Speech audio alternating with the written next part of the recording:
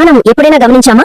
ఉదయం ఆఫీస్ కి వెళ్ళడానికి విపరీతంగా లేట్ అవుతూ ఉంటుంది. మనం చాలా కంగారుగా రెడీ అవుతుంటాం. అవును, ఆ హడావిడి మామూలుగా ఉండదు కదా. కరెక్ట్. కానీ సరిగ్గా ఆ సమయంలో మన పార్ట్నర్ మాత్రం చాలా తాపీగా కూర్చొని న్యూస్ పేపర్ చదువుతుంటాడు లేదా ఫోన్ చూసుకుంటూ ఉంటాడు.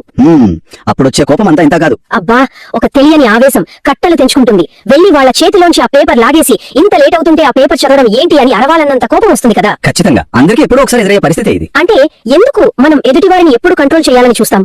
వాళ్ళు మనకు నచ్చినట్లుగా, మన అంచనాలకు తగ్గట్లుగా ప్రవర్తించకపోతే వెంటనే ఆ పరిస్థితిని మన చేతుల్లోకి తీసుకుని చక్కదిద్దాలని ఎందుకు ఆరాటపడతాము? చాలా ఆసక్తికరమైన ప్రశ్న ఇది. అవును, అందుకే ఈ రోజు మన ఈ లోతైన విశ్లేషణలో సరిగ్గా ఇదే అంశం గురించి మాట్లాడుకోబోతున్నాం. దీనికోసం మనం పరిశీలిస్తున్న ప్రధాన ఆధారాలు ప్రముఖ రచయిత్రి మెల్ రాబిన్స్ రచించిన ద లెట్ దెమ్ థియరీ పుస్తక సారాంశాలు, కొన్ని నాయకత్వ శిక్షణ సెమినార్ల సమీక్షలు, అలాగే జే శెట్టితో మెల్ రాబిన్స్ చేసిన ఒక అద్భుతమైన ఇంటర్వ్యూ. అవును, ఈ రోజు మన లక్ష్యం చాలా స్పష్టమైనది.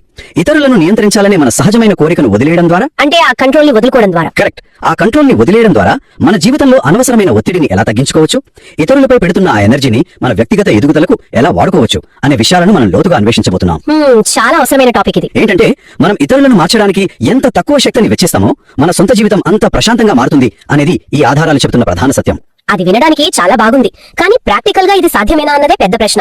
అసలు ఈ లెట్ దెమ్ అంటే వాళ్ళని వదిలేయ్ అనే ఆలోచన ఎక్కడ, ఎలా మొదలైంది అనేది చూస్తే ఒక ఆసక్తికరమైన సంఘటన కనిపిస్తుంది. మెల్ రాబిన్స్ జీవితంలో జరిగిన సంఘటన కదా. అవునవును, మెల్ రాబిన్స్ కొడుకు హై స్కూల్ ఫేర్వెల్ పార్టీ, అదేనండి ప్రామ్నేట్ అంటారు కదా, ఆ రోజు జరిగిన సంఘటన ఇది. ఒక తల్లిగా ఆ రోజు అంతా పర్ఫెక్ట్ గా ఉండాలని ఆమె అనుకుంది. సహజమే కదా, పిల్లల జీవితంలో అదొక ముఖ్యమైన రోజు కాబట్టి. ఖచ్చితంగా. కానీ ఆమె కొడుకు పరిస్థితి చూస్తే అలా లేదు. కనీసం రెస్టారెంట్ రిజర్వేషన్ లేదు, వేసుకోవడానికి సరైన బట్టలు కూడా ముందుగా సిద్ధం చేసుకోలేదు. ఓ, అంటే ఎలాంటి ప్లానింగ్ లేదన్నమాట. అస్సలు లేదు. దానికి తోడు బయట చూస్తేనేమో విపరీతమైన వర్షం పడుతుంది. ఆ సమయంలో ఒక సగటు తల్లిలాగే మెల్ రాబిన్స్ కూడా కంగారు పడిపోయింది. పరిస్థితిని చక్కదిద్దాలని ఫోన్ తీసుకుని ఏదో ఒక రెస్టారెంట్ బుక్ చేయాలని తీవ్రంగా ప్రయత్నిస్తోంది. ఆ కంగారు అర్థం చేసుకోవచ్చు. సరిగ్గా అప్పుడే ఆమె కూతురు అక్కడికి వచ్చి ఒకే ఒక్క మాట చెప్పింది, మామ్, వాళ్ళను వదిలేయ్, లెట్ దెమ్ అని. ఆ ఒక్క మాట, సరిగ్గా ఆ క్షణంలోనే ఆ వాక్యం పరిస్థితిని కాదు, మెల్ రాబిన్స్ ఆలోచన విధానాన్ని పూర్తిగా మార్చేసింది అని మన ఆధారాలు చెబుతున్నాయి. అవును, ఆ మాట విన్న వెంటనే ఆమె వెనక్కి తగ్గింది. కానీ ఒక నిమిషం, ఇక్కడ నాకు ఒక చిన్న సందేహం వస్తోంది. చెప్పండి, ఏంటది? ఇప్పుడు వాళ్ళ ఇష్టానికి వాళ్ళని వదిలేస్తే మనం ఒక బాధ్యత లేని వాళ్ళం అనుకోరా? ఇప్పుడు ఆ తల్లి వాళ్ళని వదిలేసింది అనుకుందాం. వాళ్ళకు ప్లాన్ లేదు కాబట్టి వర్షంలో తడిసిపోయి పార్టీ పాడైపోతే రేపు పొద్దున్న నువ్వు పెద్దదానివి కదా, కొంచెం గైడ్ చేయొచ్చు కదా అని ఆ తల్లిని అంటారు కదా. వాళ్ళని అలా ఫెయిల్ అవ్వనివ్వడం కరెక్టేనా? చాలా సహేతుకమైన ప్రశ్న ఇది. చాలా మందికి వచ్చే మొదటి సందేహం కూడా ఇదే. కానీ ఇక్కడ మనం ఒక విషయం అర్థం చేసుకోవాలి. ఆ పిల్లలు ఎదుగుతున్న వయసులో ఉన్నారు కదా. అవును, టీనేజర్స్. సో వాళ్ళ నిర్ణయాలు వాళ్ళు తీసుకోవాలి, వాళ్ళ తప్పుల నుండి వాళ్ళు నేర్చుకోవాలి. ఆ తల్లి కనుక జోక్యం చేసుకుని అంతా తనే సెట్ చేసి ఉంటే ఆ పూటకంతా పర్ఫెక్ట్ గా అనిపించొచ్చు, కానీ భవిష్యత్తులో వాళ్లకు సొంతంగా ప్లాన్ చేసుకునే సామర్థ్యం రాదు కదా. నిజమే, వాళ్ళకి ఇండిపెండెన్స్ రాదు. అంతేకాదు, మెల్ రాబిన్స్ జోక్యం చేసుకోకపోవడం వల్ల ఆ రాత్రి ఏం జరిగిందో తెలుసా? ఆ పిల్లలు వర్షంలో తడుచుకుంటూ ఎలాంటి ప్లాన్స్ లేకపోయినా, ఎలాంటి ఒత్తిడి లేకుండా అద్భుతంగా ఎంజాయ్ చేశారు. వావ్, అంటే మన ప్లాన్స్ లేకపోయినా వాళ్ళు హ్యాపీగానే ఉన్నారన్నమాట. ఖచ్చితంగా, వాళ్లకంటూ ఒక మధురమైన జ్ఞాపకం మిగిలింది. ఇక్కడే మనకు ఒక పాఠం అర్థమవుతోంది. బంధాలలో ఈ కంట్రోల్ అనేది ఆనందానికి ప్రధాన శత్రువు.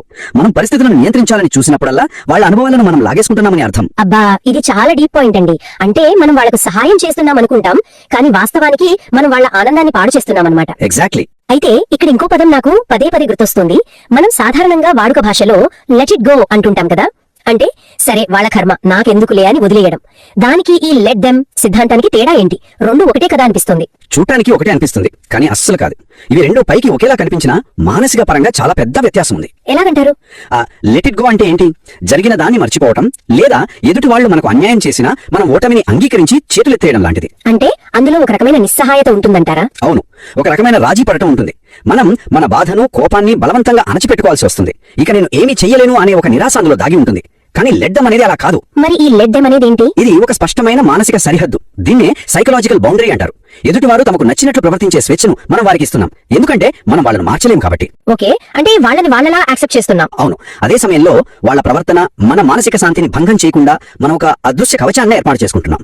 వాళ్ళు అలా ప్రవర్తిస్తున్నారు, అది వాళ్ళ చాయిస్, కానీ దానికి నేను ప్రభావితం కాకూడదని డిసైడ్ అవ్వడమే ఈ లెట్ దెమ్. ఆలోచిస్తే ఇది ఎంత అద్భుతమైన విషయమో కదా. నేను దీని గురించి చదువుతున్నప్పుడు నాకు ఒక ఉదాహరణ తట్టింది. చెప్పండి. ఇప్పుడు మనం ప్యాసింజర్ సీట్ లో కూర్చున్నాం అనుకుందాం. పక్కన డ్రైవర్ డ్రైవ్ చేస్తున్నాడు. అతనికి డ్రైవింగ్ వచ్చు, కానీ మనం పదే పదే భయపడిపోయి బ్రేక్ వే, స్లో చేయి, స్టీరింగ్ అడుగుతూ అని అతని మీద పడిపోతే ఏమవుతుంది? ఖచ్చితంగా డ్రైవర్ కి చిరాకు వస్తుంది. అంతేకాదు, కంగారులో మనం ఆ స్టీరింగ్ ను మన వైపు లాక్కోవడానికి ప్రయత్నిస్తే కార్ యాక్సిడెంట్ అవుతుంది కదా. మన బంధాల్లో మనం చేసేది కూడా అచ్చం ఇదే అనిపిస్తుంది. 100% నిజం. వాళ్ళ జీవితం అనే కారును వాళ్లను డ్రైవ్ చేయనివ్వకుండా మనం స్టీరింగ్ లాక్కోవాలని చూస్తుంటాం. ఫలితంగా బంధాలు ప్రమాదంలో పడతాయి, ఇద్దరి మధ్య ఘర్షణ వస్తుంది. చాలా అద్భుతమైన అనాలజీ చెప్పారు. ఆ స్టీరింగ్ లాక్కోవాలనే ఆరాటమే మనలో ఒత్తిడి పెరగడానికి మూల కారణం. అయితే ఇక్కడ ఒక ఆసక్తికరమైన ప్రశ్న వస్తుంది కదా, ఏంటది? అసలు ఇతరుల స్టీరింగ్ మనం ఎందుకు లాక్కోవాలనుకుంటాం? దీన్ని మనం జీవశాస్త్ర పరంగా అంటే మన మెదడు నిర్మాణం పరంగా విశ్లేషిస్తే కొన్ని ఆశ్చర్యకరమైన విషయాలు బయటపడతాయి. నిజమే. థియరీ పరంగా ఈ వాళ్ళని వదిలి అనేది వినడానికి చాలా బాగుంది. ఎవరైనా తప్పు చేస్తుంటే సరే వారి కర్మ వారిది అని పుస్తకాల్లో చదివి వదిలేయడం సులువే, ప్రాక్టికల్ గా చేయడం కష్టం. అవును. ముఖ్యంగా మనకు అత్యంత ఇష్టమైన వారు తప్పు చేస్తుంటే లేదా దారి తప్పుతుంటే మనకు ఎందుకంత కడుపు రగిలిపోతుంది? మన మెదడు ఎందుకంత తీవ్రంగా స్పందిస్తోంది? నేను ఊరికే లెట్ దెమ్ అని వదిలేయలేకపోతున్నాను. ఎందుకు? ఎందుకంటే పరిణామ క్రమంలో మనుషులుగా మనకు కంట్రోల్ అనేది భద్రతతో సమానం, అంటే సేఫ్టీ అన్నమాట. ఓహో, అంటే అంతా మన కంట్రోల్లో ఉంటేనే మనం సేఫ్ అని ఫీల్ అవుతామా? ఖచ్చితంగా. మన చుట్టూ ఉన్న పరిస్థితులు, మనుషులు మనం ఊహించినట్లుగా ఉంటే మన మెదడు అది సురక్షితమైన వాతావరణం అని భావిస్తుంది. కానీ ఎప్పుడైతే ఇతరుల ప్రవర్తన మన కంట్రోల్ దాటిపోతుందో అప్పుడు మన మెదడులోని ఎమిగ్డలా అనే భాగం దాని ఒక ప్రమాదంగా పసిగడుతుంది. ఎమిగ్డలా ఇది మన బ్రెయిన్ లో ఉండే అలారం సిస్టమ్ లాంటిది కదా? అవును, సరిగ్గా అలారం లాంటిదే. అది సింహం ఎదురుపడినప్పుడు ఎలా స్పందిస్తుందో మనకు నచ్చని విషయం జరిగినప్పుడు కూడా దాదాపు అలాగే స్పందిస్తుంది. వావ్, సింహం ఎదురైనంత ప్రమాదంగా ఫీల్ అవుతుందా? అవునండి, తక్షణమే మనలో ఫైట్, ఫ్లైట్, ఫ్రీజ్ అనే ఒత్తిడి స్పందన యాక్టివేట్ అవుతుంది.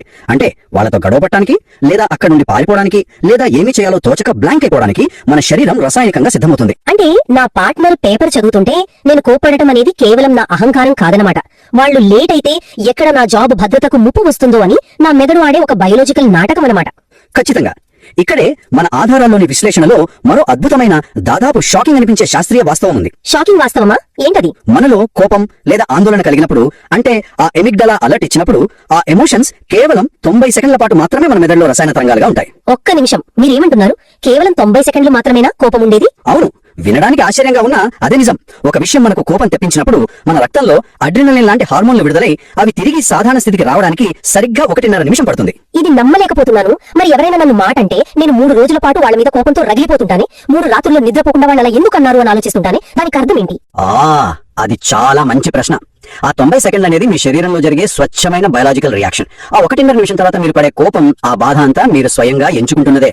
దీన్నే రూమినేషన్ అంటారు. అంటే నేనే నా మైండ్ లో ఆ ఎమోషన్ ని లూప్ లో ప్లే చేసుకుంటున్నానా? అవును, మీ మైండ్ ఆ సంఘటనను పదే పదే ప్లే చేసి ఆ కెమికల్ వేవ్ ని మళ్ళీ మీరే యాక్టివేట్ చేసుకుంటున్నారు.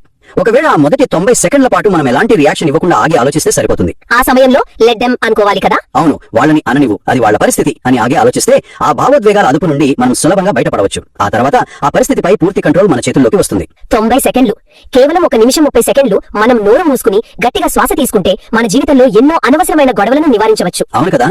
విడాకులు, విడిపోవడాలు, ఆఫీసులో రాజీనామాలు, ఇలాంటివన్నీ చాలా వరకు ఆ 90 సెకండ్ల ఆవేశంలో తీసుకునే నిర్ణయాలే కదా? 100% నిజం. దీన్ని మనం కొంచెం బ్రాడ్ గా చూస్తే ప్రాచీన స్టోయిసిజం మరియు బౌద్ధ తత్వశాస్త్రంలో చెప్పబడిన రాడికల్ యాక్సెప్టెన్స్ అనే భావనకు ఇది మోడర్న్ వర్షన్ అని చెప్పొచ్చు. రాడికల్ యాక్సెప్టెన్స్ అంటే వాస్తవాన్ని అది ఉన్నట్లుగా ఎటువంటి ఫిల్టర్స్ లేకుండా అంగీకరించడం. పరిస్థితులు మనం అనుకున్నట్లుగా ఎందుకు లేవు అని పోరాడటం మానేయాలి. ఇది వాస్తవం, ఇతడు ఇలాగే చేస్తాడు, ఇది ప్రస్తుత పరిస్థితి అని మనస్ఫూర్తిగా స్వీకరించడం. ఓకే, ఈ లెట్ దెమ్ అనేది ఈ ప్రాచీన తత్వాలకు ఒక ఆధునిక టూల్ అన్నమాట. కానీ నాకు చిన్న డౌట్. అడగండి. సరే, వాళ్ళు తప్పు చేస్తున్నారు, లెట్ దెమ్ అన్నాము, వాళ్ళని వాళ్ళ ఇష్టానికి వదిలేశాము, ఆ 90 సెకండ్లు కోపాన్ని కూడా కంట్రోల్ చేసుకున్నాం. ఆ తర్వాత నా పరిస్థితి ఏంటి? నేను అలాగే చేతులు కట్టుకుని సైలెంట్ గా కూర్చోవాలా? నాకంటూ ఒక స్టాండ్ ఉండొద్దా? ఇక్కడే ఈ సిద్ధాంతంలోని రెండవ మరియు అత్యంత పవర్ఫుల్ భాగం మొదలవుతుంది. అదే లెట్ మీ, అంటే నన్ను చెయ్యనివ్వు అని. లెట్ మీ, ఇది కొంచెం కొత్తగా ఉంది. అవును, ఇతరులను వాళ్ళ మానాన్ని వాళ్ళను వదిలేసిన తర్వాత మన దృష్టిని పూర్తిగా మన మీదకు మళ్లించుకోవాలి. ఇతరుల ప్రవర్తనను నేను కంట్రోల్ చేయలేను సరే, కానీ నా రెస్పాన్స్ ని, నా భవిష్యత్తును నేను 100% కంట్రోల్ చేసుకోగలను అని గుర్తించడమే ఈ లెట్ మీ. ఓ, నాకిక్కడ మన ఆధారాల్లో ఉన్న జేమ్స్ డైసన్ ఉదాహరణ గుర్తుకొస్తోంది. నేను ఆ కథ చదివినప్పుడు నిజంగా నాకు రోమాలు నిక్కపొడుచుకున్నాయి. అవును, చాలా ఇన్స్పైరింగ్ స్టోరీ అది. ఈ రోజుల్లో అందరికీ తెలిసిన ప్రముఖ బ్రాండ్ డైసన్ వాక్యూమ్ క్లీనర్స్. ఆయన ఈ వాక్యూమ్ క్లీనర్ ను డిజైన్ చేసిన కొత్తలో దాని తయారీ కోసం అప్పట్లో ఉన్న పెద్ద కంపెనీలన్నింటి దగ్గరికి వెళ్లాడు. కానీ ఎవరూ ఆయన డిజైన్ ఒప్పుకోలేదు. అందరూ తిరస్కరించారు కదా? అవును, అందరూ రిజెక్ట్ చేశారు. అప్పుడు జేమ్స్ డైసన్ ఈ కంపెనీలకు బుద్ధి లేదు, వీళ్ళు ఎందుకు అర్థం చేసుకోవట్లేదు అని వాళ్ళ మీద కోపంతో వాళ్ళ ఆఫీసులో చుట్టూ తిరగలేదు, వాళ్ళను మార్చాలని చూడలేదు. ఆయన ఏం చేశాడంటే, ఆయన ఏమనుకున్నాడంటే లెట్ దెమ్, వాళ్ళని కాదనుకోనివ్వు, వాళ్లకు నా ఐడియా నచ్చకపోతే అది వాళ్ళ ఇష్టం అనుకున్నాడు. కానీ లెట్ మీ, నన్ను నేను నమ్ముకుని నా డిజైన్ ను నేనే స్వంతంగా ఎందుకు తయారు చేసుకోకూడదు అని నిర్ణయించుకున్నాడు. కరెక్ట్, పూర్తి పర్సనల్ ఓనర్షిప్ తీసుకున్నాడు. అవునండి, ఏకంగా 5126 ప్రోటోటైప్స్ ని, అంటే నమూనాలను స్వయంగా తన గ్యారేజ్ లో తయారు చేశాడు. ఇతరులను నిందించడం మానేసి తన శక్తిని తన పని మీద పెట్టాడు. ఈ రోజు ఆ కంపెనీ స్థాయి ఏంటో మనందరికీ తెలుసు. జేమ్స్ డైసన్ కథ ఈ let them and let me సిద్ధాంతానికి అద్భుతమైన ఉదాహరణ. ఇతరుల నిర్ణయాలను మనం మార్చలేము, కానీ మన శ్రమను, మనం చూపే పరిష్కారాన్ని మనం పూర్తిగా కంట్రోల్ చేయగలం. నిజమే కదా. అయితే ఒక వ్యాపారంలోనూ లేదా పరిచయం లేని కంపెనీలతో ఇలా వాళ్ళని వదిలేయడం సులభమే కావచ్చు. అక్కడ మనకు ఎమోషనల్ అటాచ్మెంట్ ఉండదు కదా. అవును. కానీ మనకు అత్యంత సన్నిహితులైన వారు, మనం ప్రతిరోజు ముఖం చూసే కుటుంబ సభ్యులు, భార్యాభర్తల విషయంలో ఈ భావోద్వేగ దూరం పాటించడం సాధ్యమేనా? అబ్బా, ఇది చాలా మందికి ప్రతిరోజు ఎదురయ్యే అతి పెద్ద సవాలు. ఉదాహరణకు, నా పార్ట్నర్ రోజు రాత్రి భోజనం అయ్యాక తన పాత్రలు సింక్ లో అలాగే వదిలేసి వెళ్ళిపోతున్నాడు అనుకుందాం. చాలా ఇళ్లలో జరిగేదే. నేను దాన్ని చూసిన ప్రతిసారి నా రక్తం మరుగుతుంది. ఎన్నిసార్లు చెప్పాలి నీకు అని అరిచేస్తుంటాను. ఇప్పుడు మీరు చెప్పినట్లు నేను లెట్ దెమ్ అని సైలెంట్ గా వదిలేస్తే ఆ పాత్రలు నా మీదే పడతాయి కదా. రేపొద్దున నేనే వాటిని కడగాలి. అవును, అది మీకు అదనపు పనే. మరి ఇది నన్ను ఒక డోర్ మ్యాట్ లాగా, అంటే ఎవరైనా తొక్కి వెళ్లిపోయే పాత చాపలాగా మార్చేదా? ఇది నాకు నష్టమే కదా. చాలా వ్యాలిడ్ పాయింట్ లేవనెత్తారు. ఇది చేతగానితనంలా ఎందుకు అనిపిస్తుందో నేను వివరిస్తాను. జే షెట్టి మరియు మెల్ రాబిన్స్ ఇంటర్వ్యూలో సరిగ్గా ఈ పాయింట్ మీదే ఒక గొప్ప చర్చ జరిగింది. ఓ, వాళ్ళు ఏం చెప్పారు? సింక్ లో పాత్రలు ఉన్నప్పుడు వెంటనే విమర్శించడానికి లేదా అరవడానికి బదులు మన మనసులో ముందుగా లెట్ దెమ్ అని అనుకోవాలి. దీని అర్థం వాళ్ళ తప్పును సమర్థించడం కాదు, లేదా ఆ పాత్రలు మీరే కడిగేసి వాళ్లకు బానిసలా మారడం కాదు. మరింకేంటి? ఆ పదం ఎందుకు వాడుతున్నామంటే ఆ క్షణంలో మీలో రగిలిపోయే ఆ 90 సెకండ్ల కోపాన్ని చల్లార్చుకోవడానికి మాత్రమే. మీరు కనుక వెంటనే అరిస్తే గొడవ పెద్దదవుతుంది కదా. ఓహో, అంటే టెంపరీగా ఆ ఎమిగ్డలా హైజాక్ నుండి తప్పించుకోవడానికి అన్నమాట. ఆ తర్వాత ఏం చేయాలి? ఆ తర్వాతే అసలైన అడుగు పడుతుంది. మీరు శాంతంగా ఉన్నప్పుడు ఆ లెట్ మీ ద్వారా స్పందించాలి. అంటే నన్ను నేనేం చేయనివ్వాలి అని ఆలోచించాలా? కరెక్ట్. ఈ పరిస్థితిపై నేను ఎలా రెస్పాండ్ అవ్వాలి, నా పార్ట్నర్ తో ఎలాంటి హెల్తీ బౌండరీ ఏర్పాటు చేయాలి అని మీకు మీరు నిర్ణయించుకోవడం. అర్థమవుతుంది. కోపంతో నీకు బుద్ధి లేదు అని అరిచేదానికి శాంతంగా కూర్చుని, నువ్వు పాత్రలు సింక్ లో వదిలేయడం వల్ల ఉదయం నాకు వర్క్ ప్రెషర్ పెరుగుతోంది, దీన్ని మనం ఎలా సాల్వ్ చేసుకుందాం అని అడగడానికి చాలా వ్యత్యాసం ఉంది కదా. మొదటిది గొడవకు దారితీస్తే రెండవది పరిష్కారానికి దారితీస్తుంది. ఎంత అద్భుతమైన మార్పు ఇది. బ్లేమ్ చేయకుండా సమస్యను ఎలా హ్యాండిల్ చేయాలో ఆలోచించడం. ఇది బంధాల్లో ఎంతగానో సహాయపడుతుంది. ముఖ్యంగా బ్రేకప్ సమయంలో కూడా ఇది మ్యాజిక్ లా పనిచేస్తుందని నాకు అనిపిస్తుంది. ఖచ్చితంగా.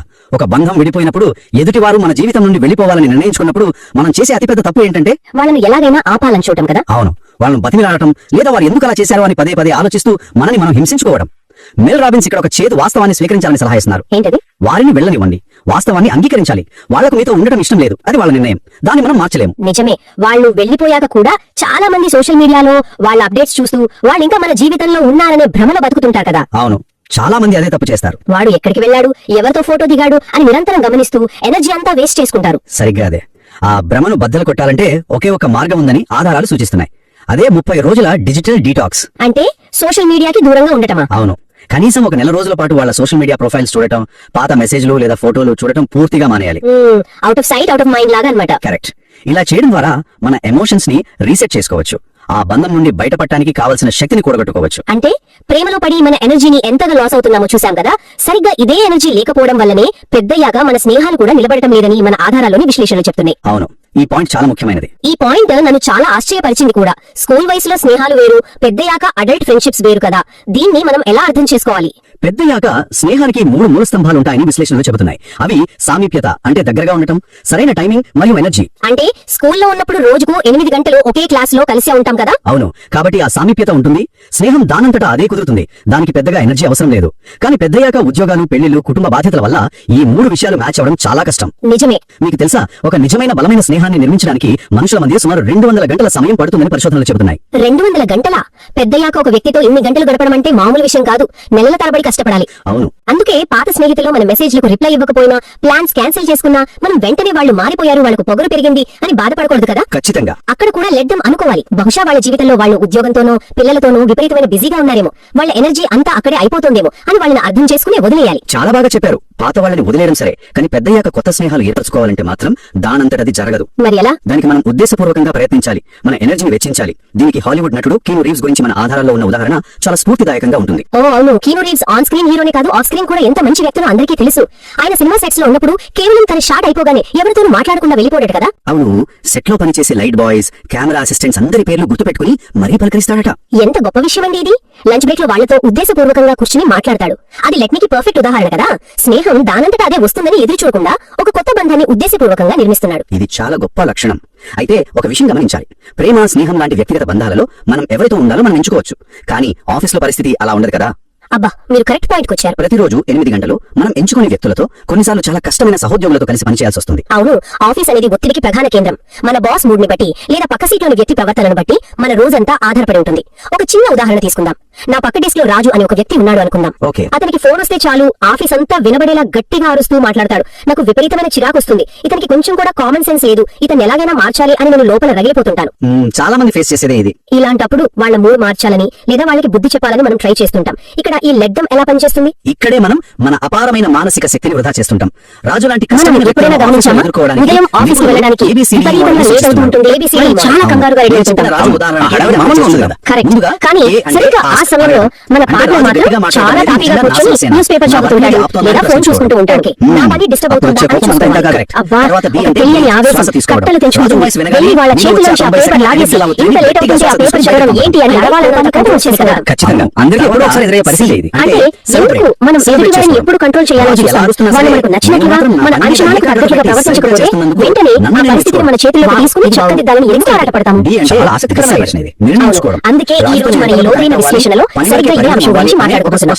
దీనికోసం మనం పరిశీలిస్తున్న ప్రధాన ఆధారాలు ప్రముఖ రచయిత్రి మెల్ రాబిన్స్ రచించిన ద లెటరమ్ థియరీ పుస్తక సారాంశాలు, కొన్ని నాయకత్వ శిక్షణ సెమినార్ల సమీక్షలు, అలాగే జయశక్తితో మెల్ రాబిన్స్ చేసిన ఒక అద్భుతమైన ఆఫీస్ లో కొనసాగాలా? ఈ రోజు మన లక్ష్యం చాలా స్పష్టంగా ఎంచుకోవడం. ఈ ఇతరులను నియంత్రించాలని మన సహజమైన కోరికను వదిలేయడం ద్వారా అంటే ఆ కంట్రోల్ వదులుకోవడం ద్వారా అప్లై చేయడానికి చాలా కంట్రోల్ వదిలేయడం ద్వారా మన జీవితంలో అనవసరమైన ఒత్తిడిని ఎలా తగ్గించుకోవచ్చు, ఇతరులపై పడుతున్న ఆ ఎనర్జీని మన వ్యక్తిగత ఎదుగుదలకు ఎలా వాడుకోవచ్చు అనే విషయాలను మనం లోతుగా అన్వేషించబోతున్నాం. అనేది చాలా అవసరమైన టాపిక్ ఇది. ఏంటంటే దీని గురించి మనం ఇతరులను మార్చడానికి ఎంత తక్కువ శక్తిని వెచ్చిస్తామో మన సొంత జీవితం అంత ప్రశాంతంగా మారుతుంది అనేది ఈ ఆధారాలు చెబుతున్న ప్రధాన సత్యం. జోకోవిచ్ ఎలా వినడానికి చాలా బాగుంది. చాలా కానీ ఆసక్తికరం కదా. ప్రాక్టికల్ గా ఇది సాధ్యమేనా అనేది నా ప్రశ్న ఉంటుంది. అసలు ఈ లెక్కలు అంటే వ్యతిరేకంగా వదిలేయ్ అనే ఆలోచన ఎక్కడ ఎలా నెగటివ్ గా చూస్తే అలాంటి సమయంలో సంఘటన ఆటగాడికైనా కోపం వస్తుంది కదా. మెల్ రాబిన్స్ జీవితంలో జరిగిన సంఘటన కదా. అవును, జోకోవిచ్ మెల్ రాబిన్స్ కొడుకు హై స్కూల్ ఫేవరెట్ పార్టీ ప్రేక్షకుడు ప్రామినెంట్ అయిన కదా ఆ రోజు జరిగిన సంఘటన.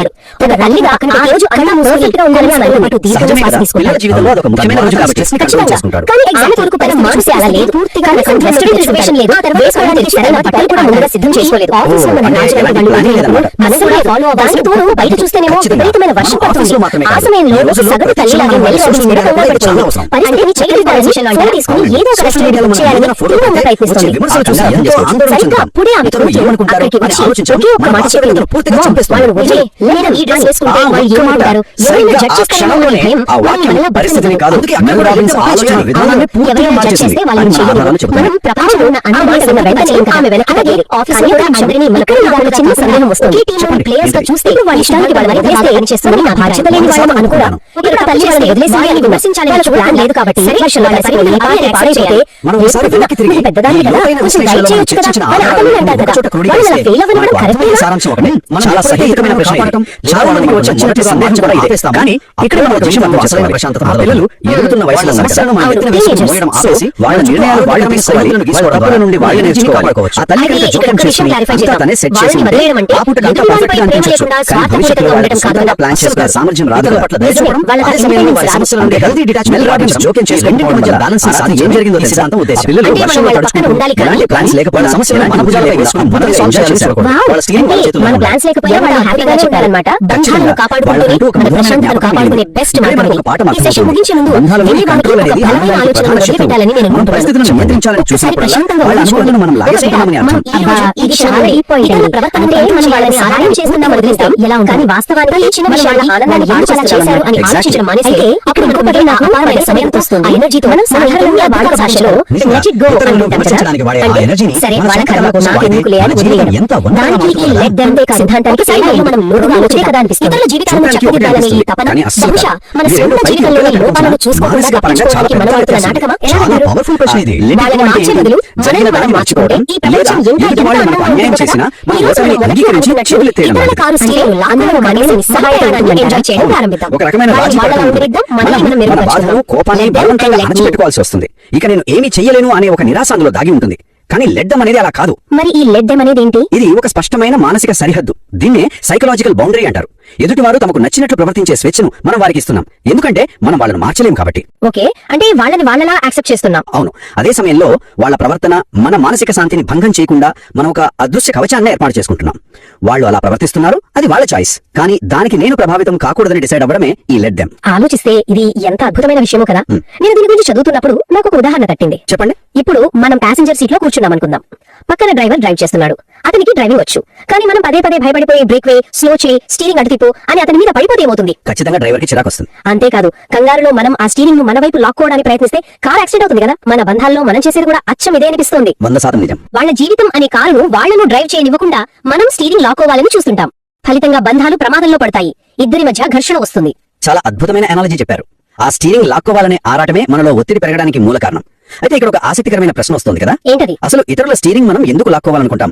దీన్ని మనం జీవశాస్త్రపరంగా అంటే మన మెదడు నిర్మాణం పరంగా విశ్లేషిస్తే కొన్ని ఆశ్చర్యకరమైన విషయాలు బయటపడతాయి. నిజమే.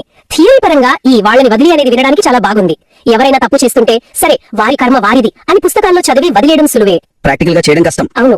ముఖ్యంగా మనకు అత్యంత ఇష్టమైన వారు తప్పు చేస్తుంటే లేదా దారి తప్పుతుంటే మనకు ఎందుకంత కడుపు రగిలిపోతుంది?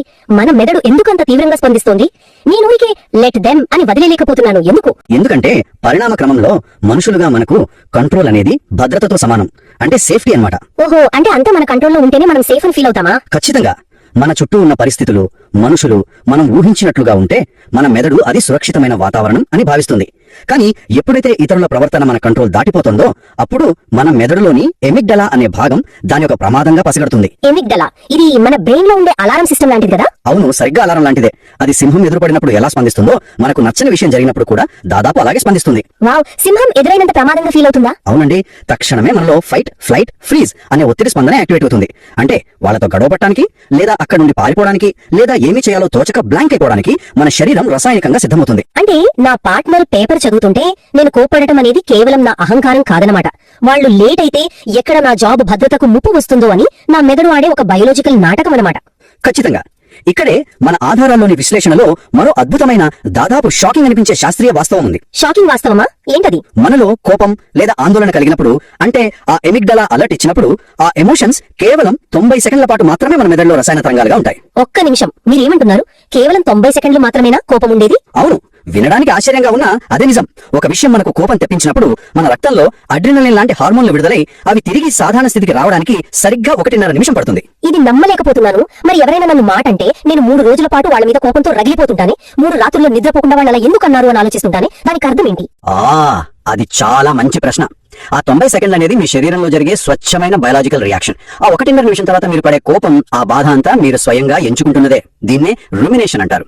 అంటే నేనే నా మైండ్ లో ఆ ఎమోషన్ ని లూప్ లో ప్లే చేసుకుంటున్నానా? అవును, మీ మైండ్ ఆ సంఘటనను పదే పదే ప్లే చేసి ఆ కెమికల్ వేవ్ ని మళ్ళీ మీరే యాక్టివేట్ చేసుకుంటున్నారు.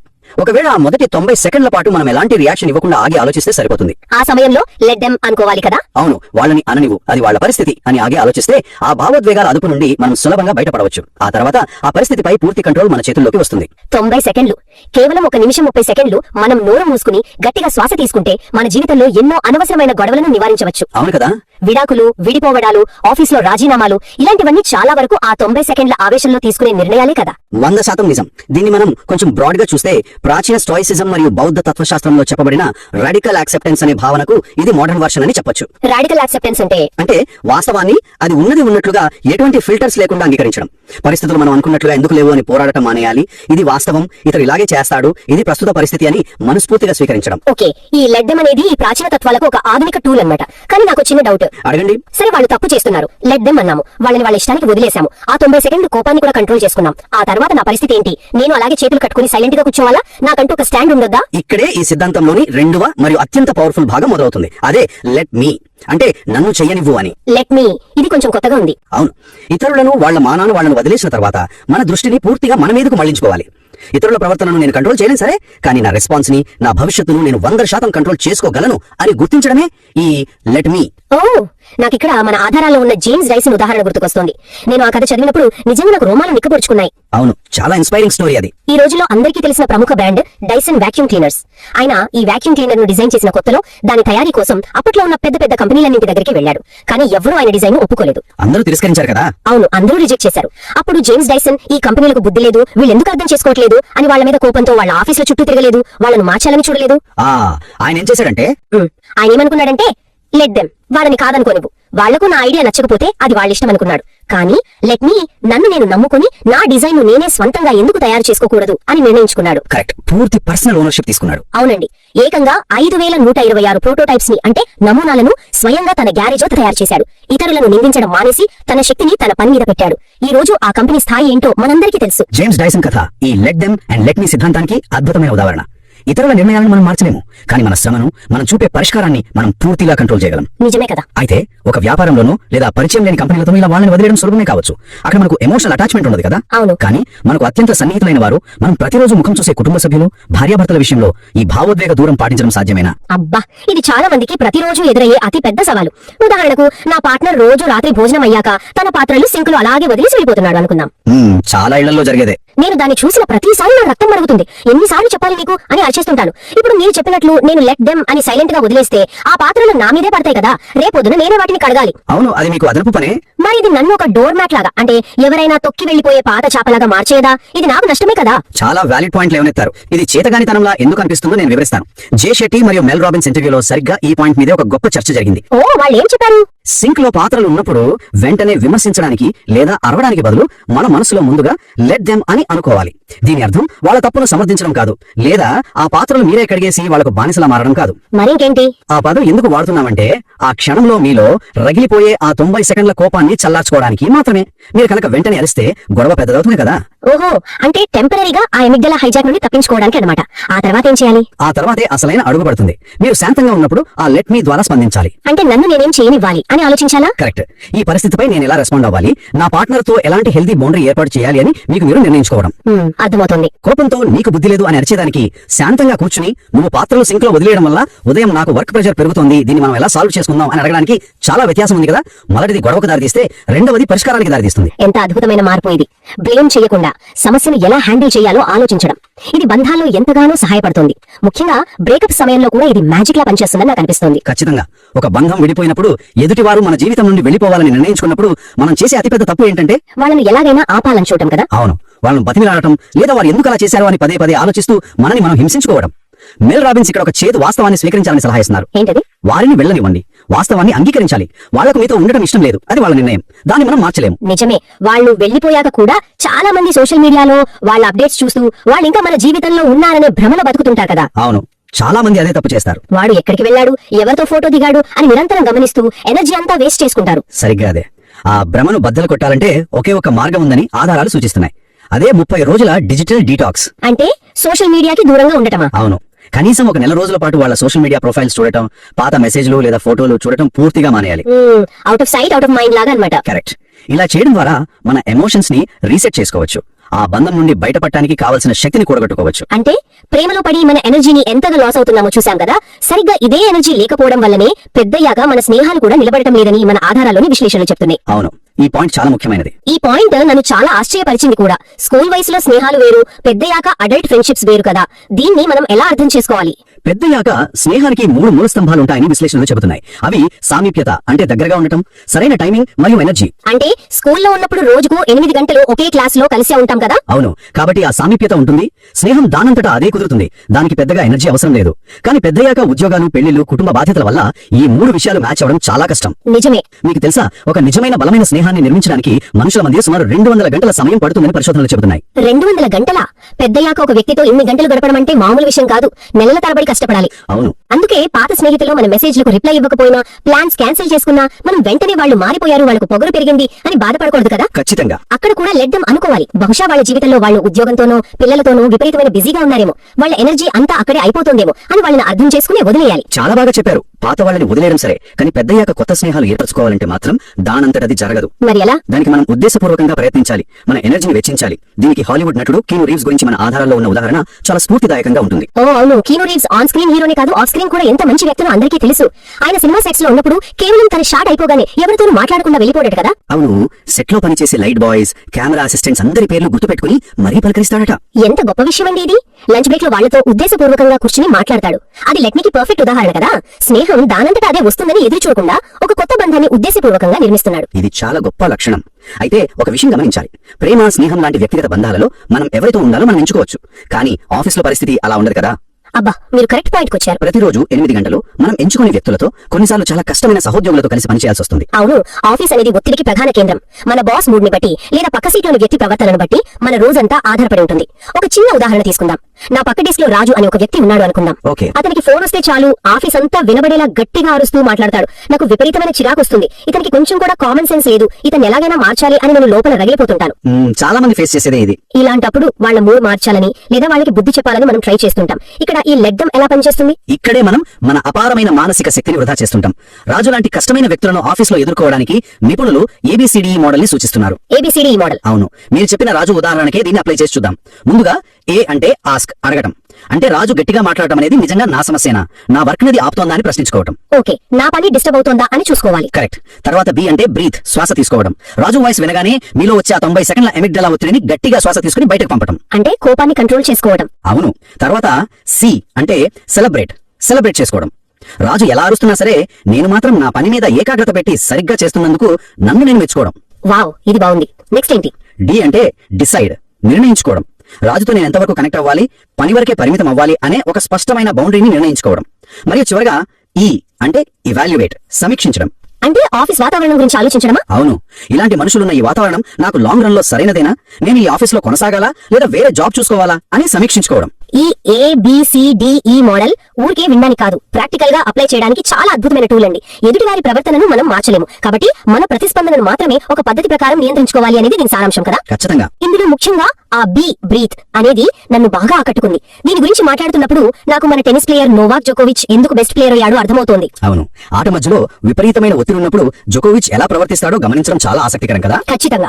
ఫైనల్ మ్యాచ్ జరుగుతుంటుంది, వేల మంది ప్రేక్షకులు ఆయనకు వ్యతిరేకంగా అరుస్తుంటారు. ఒక్కోసారి అంపైర్ నిర్ణయం కూడా నెగటివ్ గా వస్తుంది. అలాంటి సమయంలో ఏ ఆటగాడికైనా కోపం వస్తుంది కదా. అవును, సహజంగా కోపం వచ్చి గొడవ పడతారు. కానీ జోకోవిచ్ అలా చేయడు. ఆ క్షణంలో లెట్ దెమ్, ప్రేక్షకుల్ని అరవనివ్వు, అంపైర్ను అలా నిర్ణయం ఇవ్వనివ్వు అని అనుకుంటాడు. తన రాకెట్ ను పక్కన పెట్టి కళ్ళు మూసుకుని కొన్ని సెకండ్ల పాటు దీర్ఘంగా శ్వాస తీసుకుంటాడు. అవును, తద్వారా తన స్ట్రెస్ ని కంట్రోల్ చేసుకుంటాడు. ఎగ్జాక్ట్లీ. తన మానసిక స్థితిని పూర్తిగా తన కంట్రోల్లోకి తెచ్చుకుంటాడు. ఆ తర్వాత కళ్ళు తెరిచి తర్వాతి పాయింట్ ఆడతాడు. ఇది ఆఫీస్ లో మన రాజు లాంటి వాళ్ళు ఎదురైనప్పుడు మనం కూడా ఫాలో అవ్వాల్సిన గొప్ప పద్ధతి. ఖచ్చితంగా.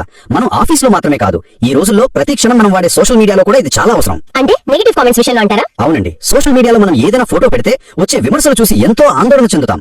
ఇతరులు ఏమనుకుంటారు అని ఆలోచించడం మన వాస్తవికతను పూర్తిగా చంపేస్తోంది. నిజమే. నేను ఈ డ్రెస్ వేసుకుంటే వాళ్ళు ఏమనుకుంటారు, ఎవరైనా జడ్జ్ చేస్తారేమో అనే భయం మనల్ని మనలా బతకనివ్వదు. అందుకే అక్కడ కూడా లెట్ దెమ్ అప్లై చేయాలి. అవును, ఎవరైనా జడ్జ్ చేస్తే వాళ్ళని చెయ్యనివ్వు. మనం ప్రపంచంలో ఉన్న అందరినీ సంతృప్తి పరచలేం కదా. అలాగే ఆఫీస్ లో కూడా అందరినీ మన పోటీదారులుగా కాకుండా ఒకే టీంలోని ప్లేయర్స్ గా చూస్తే ఈ సిద్ధాంతం మరింత బాగా పనిచేస్తుందని నా అభిప్రాయం. 100% ఒప్పుకుంటాను. ఒకరు తప్పు చేస్తే వారిని విమర్శించాలని చూడకుండా సరే వాళ్ళ పరిమితులు అవి అని యాక్సెప్ట్ చేయాలి. మనం ఒకసారి వెనక్కి తిరిగి ఈ లోతైన విశ్లేషణలో మనం చర్చించిన ఆధారాలన్నింటినీ ఒకచోట క్రోడీకరిస్తే మనకు అర్థమయ్యే సారాంశం ఒకటే. మనం ఎప్పుడైతే ఇతరులను కాపాడటం లేదా వాళ్ళను మనకు నచ్చినట్లుగా మార్చడం ఆపేస్తామో అప్పుడే మన జీవితంలో అసలైన ప్రశాంతత మొదలవుతుంది. వాళ్ళ సమస్యలను మన నెత్తిన వేసుకుని మోయడం ఆపేసి మన చుట్టూ ఆరోగ్యకరమైన సరిహద్దులను గీసుకోవడం ద్వారా మన ఎనర్జీని కాపాడుకోవచ్చు. అయితే ఇక్కడ ఒక్క విషయం క్లారిఫై చేద్దాం. వాళ్ళని వదిలేయడం అంటే ఎదుటి వారిపై ప్రేమ లేకుండా స్వార్థపూరితంగా ఉండటం కాదు కదా. అస్సలు కాదు. ఇతరుల పట్ల దయ చూపడం, అదే సమయంలో వారి సమస్యల నుండి హెల్తీ డిటాచ్మెంట్ పాటించడం, ఈ రెండింటి మధ్య బ్యాలెన్స్ ని సాధించడమే ఈ సిద్ధాంతం ఉద్దేశం. అంటే మనం వాళ్ళ పక్కన ఉండాలి కానీ వాళ్ళ సమస్యలను మన భుజాలపై వేసుకుని మనమే సాల్వ్ చేయాలని చూడకూడదు. వాళ్ళ స్టీరింగ్ వాళ్ళ చేతుల్లోనే ఉండాలి. ఎంత అద్భుతంగా చెప్పారు. బంధాలను కాపాడుకుంటూనే మన ప్రశాంతతను కాపాడుకునే బెస్ట్ మార్గం ఇది. ఈ సెషన్ ముగించే ముందు వినేవారికి ఒక బలమైన ఆలోచనను వదిలిపెట్టాలని నేను అనుకుంటున్నాను. చెప్పండి. ఒక్కసారి ప్రశాంతంగా ఊహించుకోండి. ఒకవేళ మనం ఈ రోజు ఈ క్షణం నుండే ఇతరుల ప్రవర్తనను కంట్రోల్ చేయాలనే ఆరాటాన్ని పూర్తిగా వదిలేస్తే ఎలా ఉంటుంది? ప్రతి చిన్న విషయానికి వాళ్ళు ఎందుకు అలా చేశారు అని ఆలోచించడం మానేస్తే అప్పుడు మనకు మిగిలే ఆ అపారమైన సమయంతో, ఆ ఎనర్జీతో మనం ఇంకెన్ని అద్భుతాలు సాధించగలం. నిజంగా ఇతరులను విమర్శించడానికి వాడే ఆ ఎనర్జీని మన సొంత కళల కోసం వాడితే మన జీవితం ఎంత ఉన్నతంగా మారుతుందో కదా. అంతేకాదు, ఒకసారి మనలో మనం లోతుగా ఆలోచిద్దాం. ఇతరుల జీవితాలను చక్కదిద్దాలనే ఈ తపన బహుశా మన స్వంత జీవితంలోని లోపాలను చూసుకోకుండా తప్పించుకోవడానికి మనం వాడుతున్న నాటకమా? చాలా పవర్ఫుల్ ప్రశ్న ఇది. వాళ్ళని మార్చే బదులు మనల్ని మనం మార్చుకుంటే ఈ ప్రపంచం ఇంకా ఎంత అందంగా ఉంటుందో కదా.